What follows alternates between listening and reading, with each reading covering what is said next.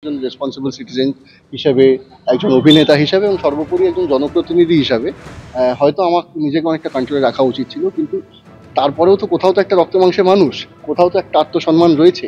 সেইখানটা বারবার বারবার যখন আঘাত হচ্ছিল তখন সেটা আমি আউট অফ দ্য ট্র্যাক গিয়ে সেগুলো করে ফেলি। তার জন্য আমি অনুশোচনা তো করছি, তার জন্য আমি ক্ষমা প্রার্থী, সরি। নিউ টাউনের রেস্তোরাঁয় সোহমের মস্তানি, একেবারে যে সিসি ক্যামেরা ফুটেজ প্রকাশ্যে এসেছে সেই ছবি আপনাদের সামনে রেখেছি। নিউ টাউনের যে রেস্তোরাঁর মালিক, তার সঙ্গে প্রথমে বচসায় জড়ান তৃণমূলের বিধায়ক অভিনেতা সোহম চক্রবর্তী এবং তাকে ধাক্কা দিয়ে মাটিতে ফেলে দেন। তারপর কলার ধরে চড় মারেন, একেবারে সেই মারধরের ভিডিও অর্থাৎ মারধরের ফুটেজ আপনাদের সামনে রয়েছে।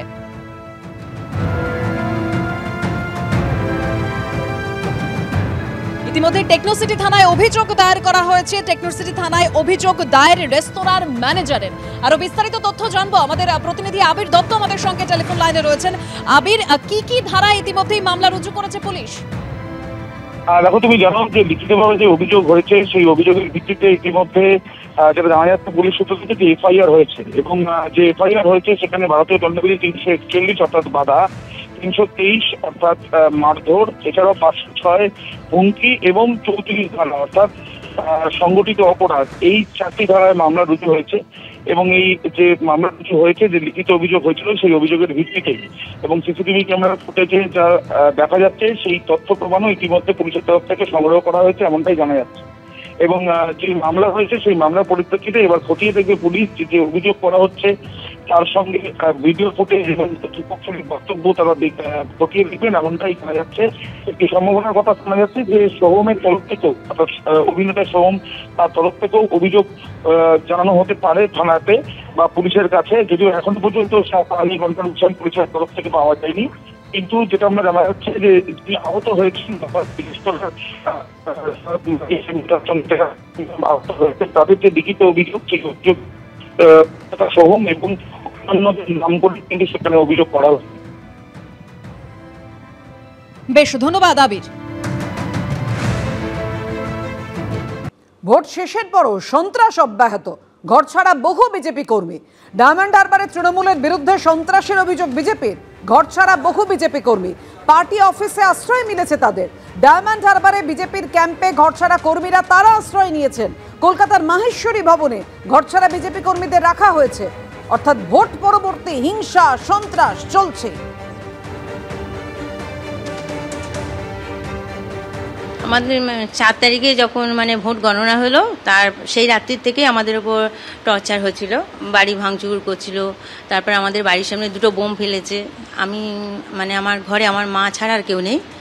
তারপরে 5 তারিখে সকাল থেকে অত্যাচারের মাত্রা এতটাই বেড়ে গেল যে আমি শেষে ববিদাকে ফোন করলাম, আমাদের যিনি প্রার্থী। ফোন করতে দাদা থানায় ফোন করলো। থানা থেকে আমাকে 4 জন পুলিশ গেল, গিয়ে আমাকে বাড়ি থেকে নিয়ে বার এসেছে। ভোট গণনার পর থেকে আমার প্রচুর অত্যাচার অবিচার চলছে।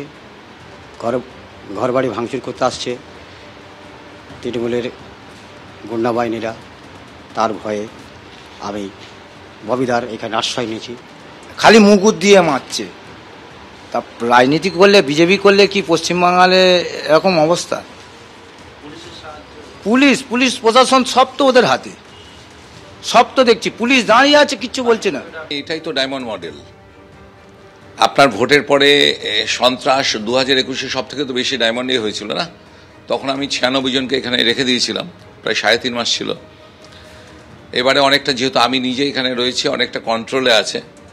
তা সত্ত্বেও এখানটায় ভোটের দিন রাত্রিবেলা, রেজাল্টের রাত্রিবেলা থেকে এখানে প্রচুর পরিমাণে সন্ত্রাস শুরু হয়।